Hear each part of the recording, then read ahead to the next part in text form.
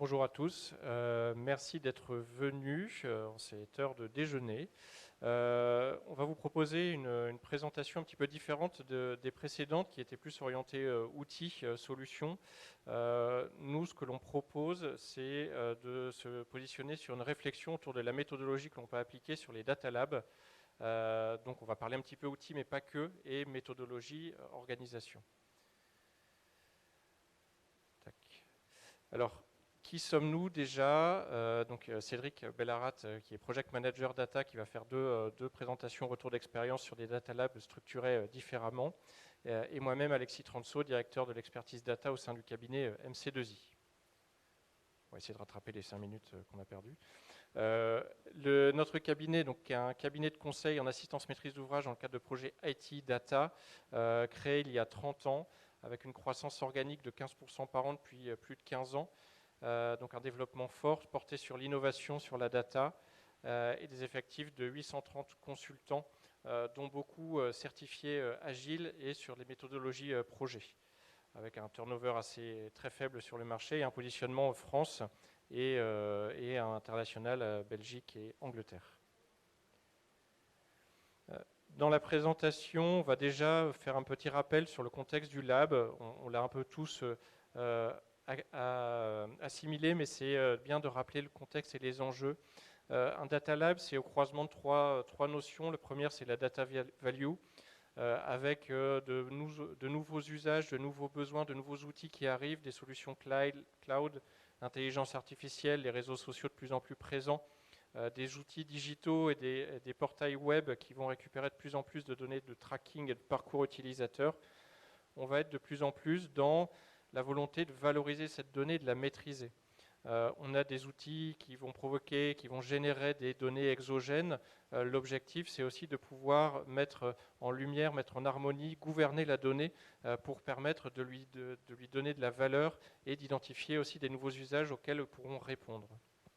Le deuxième aspect, c'est la transversalité.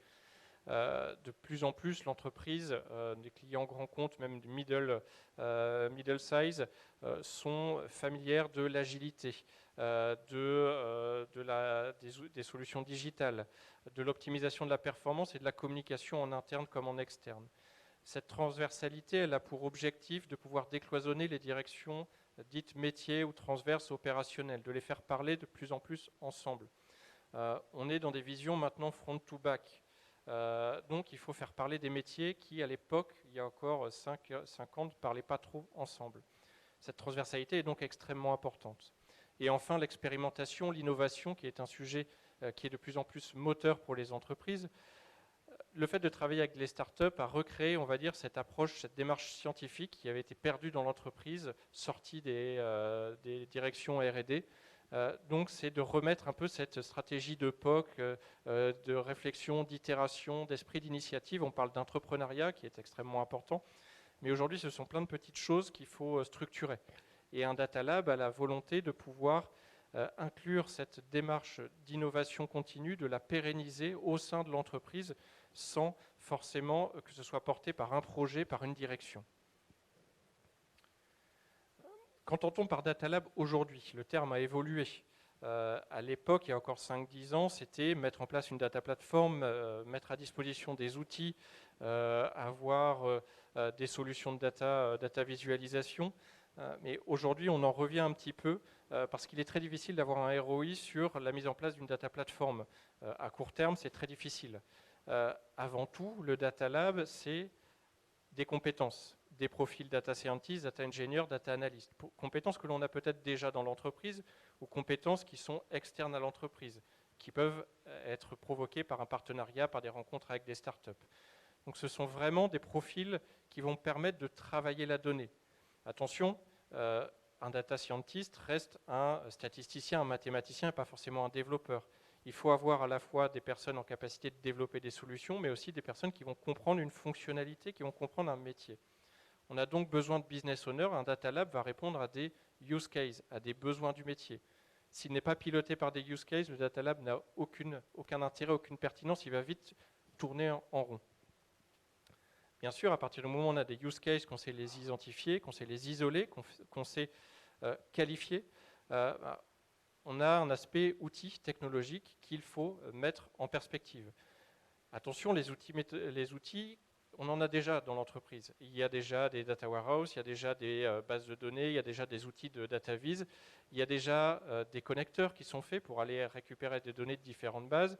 Il y a des architectures potentiellement big data qui sont mises en place avec des clusters qui sont implantés, mais je vais dire, peu importe le sizing de l'architecture, peu importe les outils, l'objectif c'est de pouvoir répondre à des enjeux métiers toujours, et ce, dès l'utilisation d'outils simples dont on dispose déjà dans l'entreprise. Donc c'est comment utiliser les bons outils, comment les centraliser pour avoir une boîte à outils qui soit la plus opérationnelle possible. C'est aussi des moyens logistiques, c'est de regrouper des compétences autour d'une table, autour d'un bureau. Par exemple, Carrefour a pris des locaux sur un site WeWork pour créer son data lab et pour travailler avec des profils qui sont regroupés autour de besoins métiers, autour de compétences et qui vont mettre à disposition leur savoir pour répondre à ces besoins. Et on est sur un élément clé aussi qui est le temps. Le Data Lab, c'est d'avoir du temps à disposition pour travailler ces sujets. Au-delà de ça, il faut bien sûr avoir une approche rigoureuse. Si c'est faire des itérations sans le formaliser, sans capitaliser, tout est perdu. Je pense que vous verrez dans tous les autres ateliers qui sont présentés, on est sur des démarches qui sont itératives, des remises en cause de modèles statistiques. Donc c'est la nécessité d'avoir une démarche qui va vraiment tracer ce qui est fait et de pouvoir capitaliser, le réutiliser, le reuse est extrêmement important. Il faut avoir une finalité pour le Data Lab. Ça peut être une académie. On va former, on va travailler sur les compétences au sein de l'entreprise, de faire en sorte qu'on ait une acculturation et au-delà de l'acculturation, une montée en compétences. Et donc de créer de l'émulation autour de tout ça. Il y a aussi la volonté d'avoir une factory. On veut un ROI. On veut pouvoir aller voir le COMEX en leur demandant des fonds, des moyens pour faire évoluer les outils. Les outils évoluent rapidement, les compétences aussi. Donc c'est comment avoir une vision delivery, une vision service qui va pouvoir créer de la valeur. Dans tous les cas, ce qu'il faut, c'est se projeter au niveau du Data Lab. On ne peut pas se satisfaire d'une situation à un instant donné. Oui, un Data Lab, on peut le mettre en place en 2-3 mois avec des compétences, avec des locaux, avec des accès à des outils, avec l'accompagnement d'une DSI. Mais il faut aller au-delà, il faut se projeter, il ne faut pas se limiter à un fonctionnement actuel. On le verra avec les deux exemples. Il y a deux types de Data Lab, un plus ancien, un plus récent, mais dans tous les cas, c'est comment se projeter pour faire évoluer les besoins et s'assurer de garder une ligne directrice et une valeur importante. Enfin, une partie organisation, c'est comment identifier l'offre de service, comment accompagner ces différents projets de l'entreprise. C'est une structure qui est centrale, qui a pour vocation à rayonner dans l'entreprise au sein de différentes directions, de communiquer aussi en interne comme en externe. Forcément, ça sous-entend qu'on a une approche agile. L'agilité est au cœur du Data Lab. Il se doit de s'inscrire dans une démarche agile, on va dire à minima Scrum, sinon Safe ou Spotify pour de l'agilité à l'échelle, afin de pouvoir se projeter dans une logique compétence feature team. Je vais, moi, en tant que profil du Data Lab, traiter une problématique, un use case de A à Z, de pouvoir le comprendre, donc les enjeux du business owner, de comprendre les besoins métiers et aussi de l'adresser de A à Z. Quel type de lab? On a aujourd'hui donc du recul par rapport aux premiers labs qui ont été créés il y a 5 ans, un peu plus pour certains.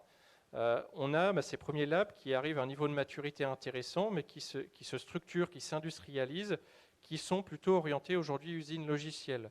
Passer du POC au projet, avoir un centre de service interne qui va accompagner les différents besoins et différents projets. Ça veut dire quoi? Ça veut dire un centre de service, ça veut dire un ROI, ça veut dire une plateforme qui aujourd'hui est mature avec des outils qui ont été déjà implantés, mais attention, avec l'évolutivité des outils, avec les rapprochements d'éditeurs de solutions, on peut avoir des remises en cause de ces structurations. Néanmoins, on est sur un mot-clé qui est important, qui est la gouvernance de la donnée. On ne peut pas aujourd'hui traiter n'importe quelle donnée avec n'importe quelle profondeur d'historique. On a des outils SI qui évoluent beaucoup. Une donnée, même si elle a la même finalité, elle peut s'inscrire dans un process différent. On peut chercher à utiliser aussi des données issues de factures, d'éditiques, de contrats, pour lesquels, si les métadonnées qui le définissent ne sont pas bien flaguées, ne permettent pas de créer de la valeur. Donc il y a la nécessité, encore et toujours, d'avoir de la gouvernance de données, de travailler avec les architectes. C'est un élément clé.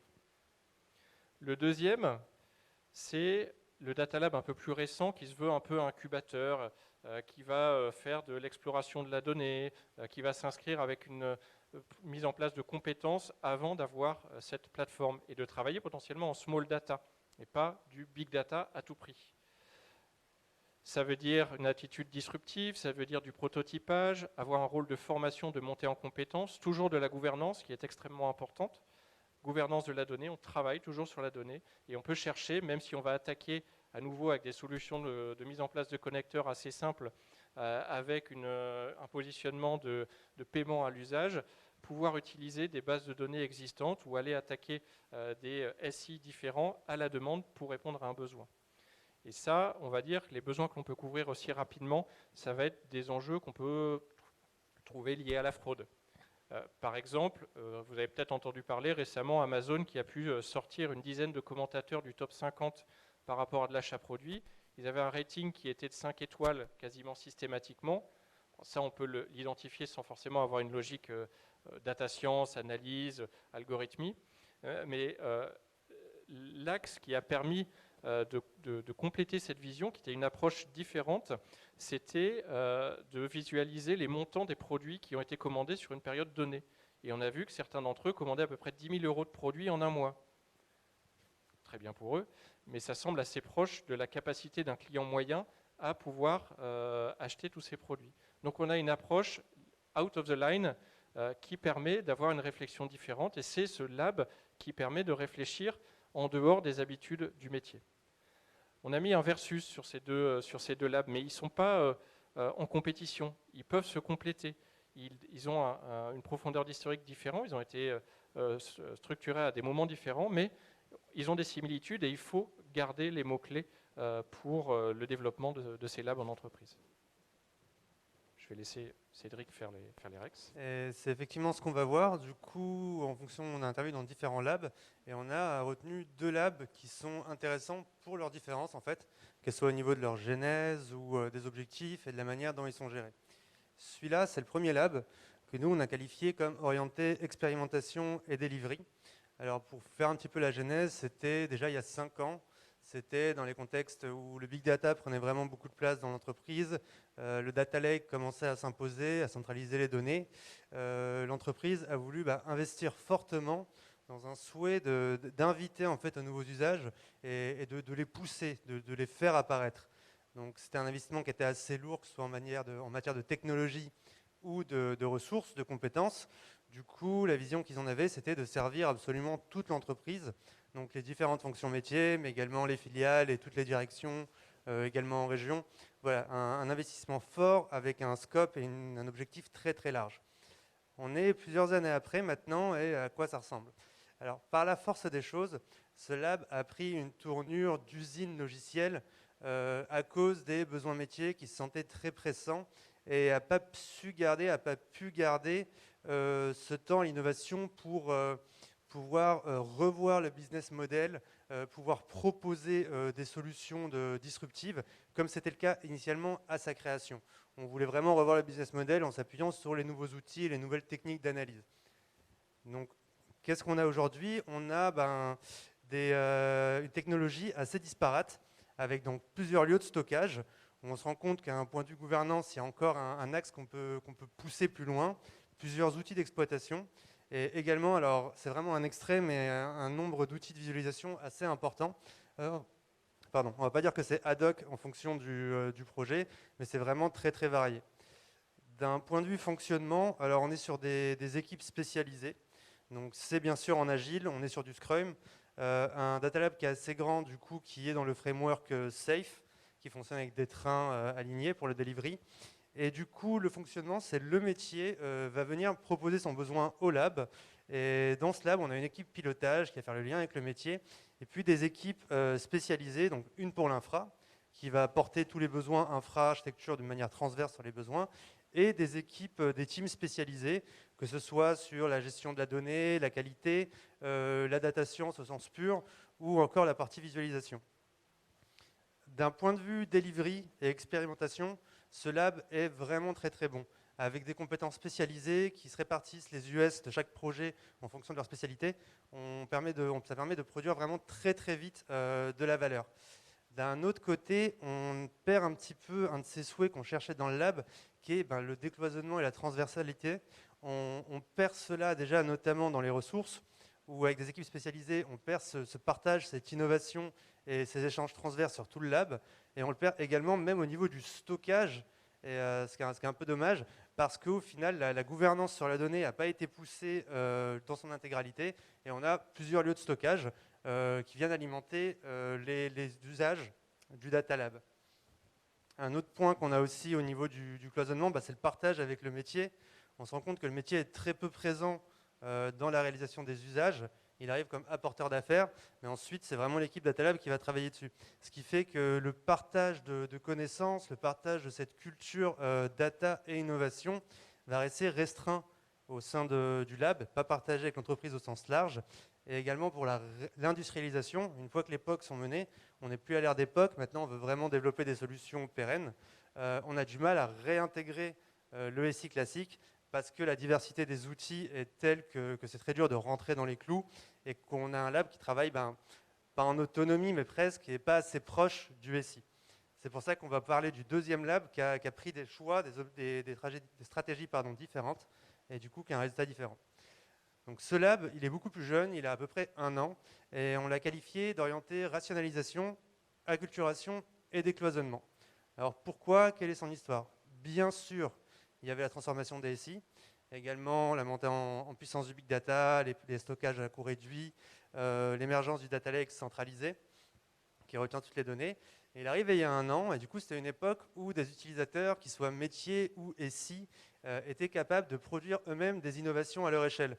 Donc certaines personnes qui vont se faire un petit algorithme, qui vont travailler avec du Python dans leur coin et qui vont apporter de la valeur d'une manière locale à leur entreprise. Le problème avec cette tendance-là, c'est qu'on est sur des solutions qui ne sont pas forcément connues par l'ensemble de l'entreprise. C'est souvent localisé dans des points précis et on n'arrive pas à respecter les règles. On n'essaye même pas de respecter les règles, que ce soit de sécurité ou d'urbanisation, que vont porter, qui vont imposer la DSI. Également, du coup, le travail de ce lab, ça va être de rassembler tous ces éléments d'innovation, de les mettre en commun pour les partager avec l'ensemble de l'entreprise, mais aussi d'y insuffler la rigueur que peut avoir la DSI, disons, dans un sens plus classique. Comment ça s'est transformé dans l'usage? Alors là, on se rend compte qu'au point de vue gouvernance de la donnée, ils sont allés bien plus loin, où ils ont respecté cette règle du data lake centralisé, qui va vraiment contenir toutes les données pour tous les usages. C'est un travail qui est très important. Alors il y a des bénéfices assez forts en termes de contrôle de la donnée, en termes d'économie sur les coûts, en termes de non-duplication de la donnée dans le SI. Maintenant, ça va avec les risques associés, qui est que le travail de gouvernance doit être vraiment pointilleux et très précis, parce qu'une erreur dans les données qui sont intégrées dans le data lake et qui sont mises à disposition va impacter énormément de processus, et tous les processus en tout cas de ce lab. Donc c'est un point d'attention assez crucial. D'un point de vue de l'exploitation, on est sur un nombre d'outils réduit. Et pareil pour la visualisation. On a choisi en fait de se tourner vers des outils très maniables, donc qu'on peut développer comme on le souhaite, notamment Shiny et Dash. Il y a aussi du Kibana pour la vitesse de réalisation. Et même là, quand je vous présente les deux, on met un peu de côté Shiny, on se concentre sur Dash pour encore plus homogénéiser et rationaliser les outils et les compétences au sein de ce lab. Pour la partie fonctionnement équipe-personne, on est donc sur une équipe projet composée de profils très variés. Alors on a mis à disposition, en plus de la plateforme Big Data, des compétences expertes qui sont au sein du Data Lab, donc des data scientists, des data engineers, des data architectes, et qui vont travailler main dans la main avec les membres du métier. Et là, quand on dit main dans la main, c'est vraiment que le métier est acteur et partie prenante dans la réalisation des usages.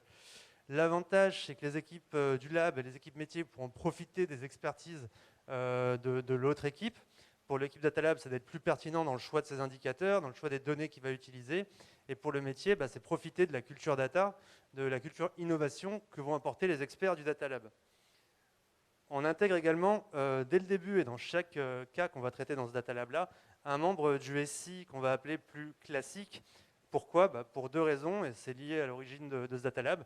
Déjà pour contrôler ou disons maintenir les règles de sécurité, d'urbanisme, d'industrialisation, et disons l'intégrer dès le début du projet en fait pour penser à la phase d'industrialisation.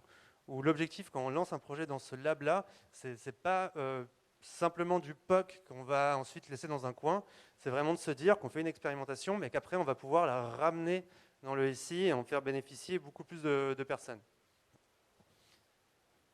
Ce qu'on peut conclure, du coup, si on revient sur les expériences, on peut voir en fait qu'il n'y a pas un type de lab. C'est ça qu'on veut dire, c'est qu'il y a un lab qui va être en lien avec les besoins et les attentes de la direction. En fonction de l'investissement qu'on va y mettre, en fonction de comment on va le composer en termes d'équipe ou de la diversité technologique qu'on va choisir d'implémenter, on peut avoir des résultats différents. Du point de vue stratégique, quel est l'objectif principal du lab? À quel point on accorde à l'acculturation, au partage de savoir entre les équipes, quel point on accorde vraiment au delivery? Pareil au niveau de l'industrialisation, est-ce qu'on est vraiment sur l'expérimentation? Est-ce qu'on est dans l'intégration ensuite plus long terme?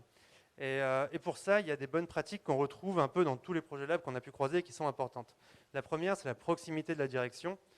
Pourquoi? D'un point de vue stratégique, porter la vision, garantir la pérennité de la vision au sein du lab, la transversalité.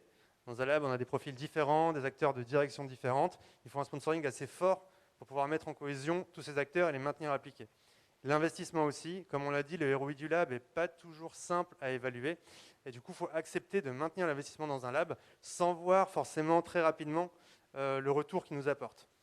L'agilité va également dans ce sens-là. On est dans un fonctionnement avec un engagement de temps plutôt que de résultats. On sait qu'on va travailler sur tel projet pendant une telle période. Donc, du coup, l'agilité apporte aussi la réduction du time to market avec le principe du minimum valuable product où on va fournir une fonctionnalité le plus rapidement possible, la plus courte possible.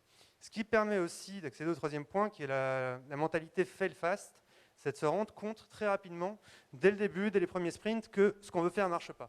Les technologies ne sont pas encore prêtes, le métier ne maîtrise pas assez son sujet et on peut très vite arrêter. Ce qui en soi n'est pas un échec mais une leçon qui est tirée et on en tire encore de la valeur. La démarche scientifique, on en a parlé, la remise en cause, l'innovation, la rigueur qu'il y a dans la démarche scientifique. Et pas oublier de remettre en cause les processus, les outils utilisés. Ce n'est pas parce qu'on le faisait d'une telle manière qu'il faut continuer de le faire comme ça indéfiniment. Dernier point, le décloisonnement des données. Du coup, pour l'ampleur des périmètres sur lesquels on va pouvoir travailler, alors que ce soit sur l'historique, soit sur la variété des données, du coup, qui va pouvoir appuyer la performance des analyses, du coup leur précision. Plus on a une volumétrie de données, plus nos algorithmes seront pertinents, et plus on aura des données variées, plus on pourra aider différents métiers. Et bien sûr, le dernier point, la transformation des SI. Le lab, il a un rôle pour participer dans la transformation des SI, notamment sur une gouvernance plus globale, plus transverse, et une interconnectivité de toutes les applications du SI. C'est pas uniquement quelque chose qui vit à part, mais c'est une entité qui a vocation à transformer le fonctionnement de l'entreprise sur une plus large échelle.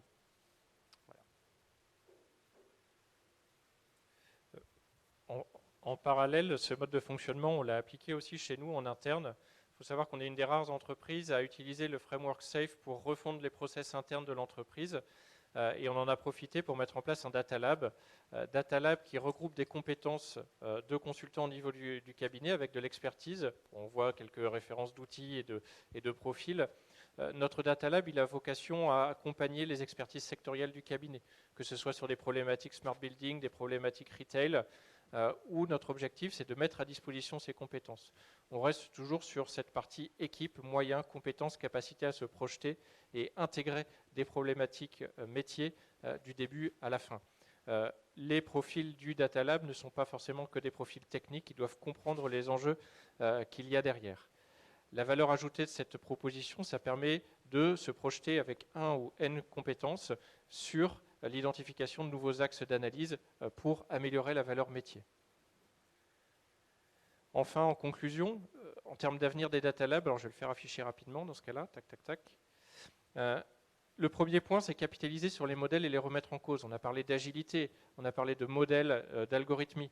C'est de l'itération systématique. J'enfonce une porte ouverte, mais c'est ça. Et il faut pouvoir les tracer, les stocker, les isoler, afin de pouvoir travailler toujours sur de la remise en cause de ces modèles, de par l'évolution des SI, l'évolution réglementaire, l'évolution des besoins, l'émergence ou en tout cas la réflexion à des nouveaux besoins. Améliorer la gouvernance, on traite de la donnée, elle est la clé de tous les sujets, il faut pouvoir le piloter, être en accord, en travail fort avec les architectes. Aller vers l'ouverture de la donnée à l'extérieur, typiquement Carrefour, un acteur sur lequel la donnée est très sensible, ouvre ses données à l'extérieur de par le partenariat avec Google. Il faut que ce soit une force d'ouvrir les données et pas vu comme quelque chose qu'on doit garder à tout prix de manière stricte et cloisonnée. Adapter l'hébergement des données et des personnes. On parle de souplesse d'hébergement de la donnée, on parle de solutions cloud, on parle de connecteurs qui se fait de plus en plus facilement. On parle aussi de mise à disposition de personnes, donc de pouvoir les intégrer dans une démarche agile sur plein d'espaces de coworking. C'est extrêmement positif pour travailler là-dessus. Et 5, être bien accompagné, parce que ce n'est pas juste une réflexion, c'est d'avoir une stratégie, d'avoir une cible et de pouvoir la remettre en cause régulièrement. C'est de l'agilité. Donc l'objectif d'un Data Lab, c'est vraiment d'être un partenariat entre des outils, des talents et des méthodes, et de pouvoir, au centre de tout ça, avoir une démarche et accepter, pour un peu en fil rouge, le fait qu'on n'ait pas forcément de ROI. Sans vouloir déprimer tout le monde, c'est vrai qu'on a sur tous les projets Big Data qui ont existé depuis quelques années, à peu près 20% qui ont un ROI positif. Néanmoins, cette démarche scientifique, elle est importante. On est bon. Merci à tous. On va penser aux petits copains, donc on va prendre si vous avez des questions, on vous attendra juste à la sortie. Et merci beaucoup de nous avoir écoutés.